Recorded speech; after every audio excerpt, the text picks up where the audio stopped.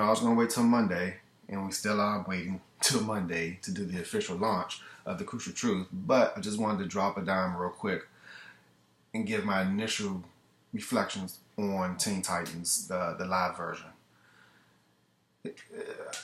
I like it.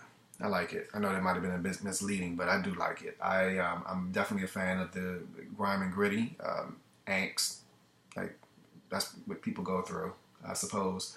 But it's more than that, though. It's essentially looking deeper into how they're going to craft the story throughout. So they're giving way for growth. So you either start this way and you get angered, or you start angry and then you get this way. Just it's not even about giving them the benefit of the doubt. I mean, it's from what I can tell, it seems like they're taking elements from Earth One, Teen Titans, and they're taking elements from the Marv Wolfman and George Perez run that they did for many years. As an aside, I am not a fan of George Perez's artwork at all. Extremely overrated. I do not enjoy reading the books that whatever he draws. It's not to say that he's bad, because he's not. I mean, I'm not an artist anymore, so I really can't talk but so much. However, as far as I can tell, his claim to fame is, putting 9,000 people in one panel. What? Well, I'm sorry. I guess with that being said, I am curious as to how they're going to go with it. I'm very curious as to what they're going to do with Nightwing. If he's going to become Nightwing, I'm assuming he is going to become Nightwing after the first, halfway through the series, maybe at the end of season 1, since they have actually said that Jason Todd is going to be featured in the series. And since they said it now, that means that he's probably already shot. He's already been put into the series. So it's not like a season 2, season 3 kind of thing. I mean, he's going to be in the first season, which means that he hasn't been Robin for a while with Batman, since there's already been a second Robin, and it's already gotten to the point where he's been killed, and it's been a few years since he's come back from the dead and whatnot. Which I'm honestly really surprised that he's Robin. But now that they take it from the angle that he has actually given up the whole the costumed hero angle, and he legitimately went into the police force, not doing it how he did it in the in the beginning of his series, and then he picks it back up again, and then somewhere along the line he actually comes up with the with the Nightwing costume, the Nightwing persona, which I think would be a nice turn of events, and that may come after some kind of confrontation or story arc with Jason Todd, aka the Red Hood. I do like if they take the approach, which it seems like they're doing from Earth One, where Raven was essentially having these visions, and she was essentially gathering the team, and instead of Cyborg, it's Dick Grayson. I think that might be pretty decent, pretty decent. I'm looking forward to it. It has always fascinated me with Raven whenever she is not completely in control of her powers, or when she is not accepting of her powers. And it's also like it when she loves her unicorn ponies and her old people in Teen Titans Go. That's probably the best Raven of all time. I am conflicted about Starfire.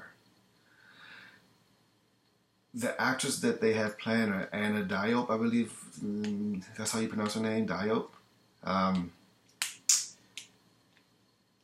She can look the part. She doesn't look the part in what we've seen so far. And I don't know if that's going to connect directly to Starfire's Earth One rendition, or whether it's going to be something that they completely made up and kind of like a mesh of different iterations of her. And it might just be the hair throwing me off. The hair and the fabulous chinchilla coat that she's walking around with. And her powers seem to be fire based, which I'm not. I'm not an enthusiast about Starfire, but I'm not technically sure that that's what her powers are. So I'll look into that to see, that I'm not looking at things wrong. So I don't know, but the person that they picked to play her is a really good actress. She can look the part. More conventional Starfire is what I'm saying. So I'm assuming that they are going to transition her from how we've seen her now to how they're going to eventually show her. But that's just me speculating, though. And I did in looking around the net, just reading up on certain things. I did come across an interview that I believe Newsarama did with Wolfman, and he said, and I quote, "I don't care if they look the exact same as they do in the comics. After all, I don't think too many 6'7" girls with natural gold skin and solid green eyes showed up at the casting call." It's amazing. I didn't know that she was 6'7". That is, Jesus, that's a tall shit. What I care about is their character and personality, and that even with all the problems they face, that they pull together and do what's right. The Titans to me are, when push comes to shove, optimists. Which of course would make this entire, first season about their struggle to become optimists, their struggle to reclaim, their youthful exuberance and outlook on life. I can see it. I think DC overall just has a different approach when it comes to characterization than Marvel does. Which, is neither here nor there. It's just kind of is what it is. But I guess we can get into, I'll get into, I don't know. I'll get into that at another point, I guess, because Marvel annoys me with all their leads essentially having the same character, but whatever.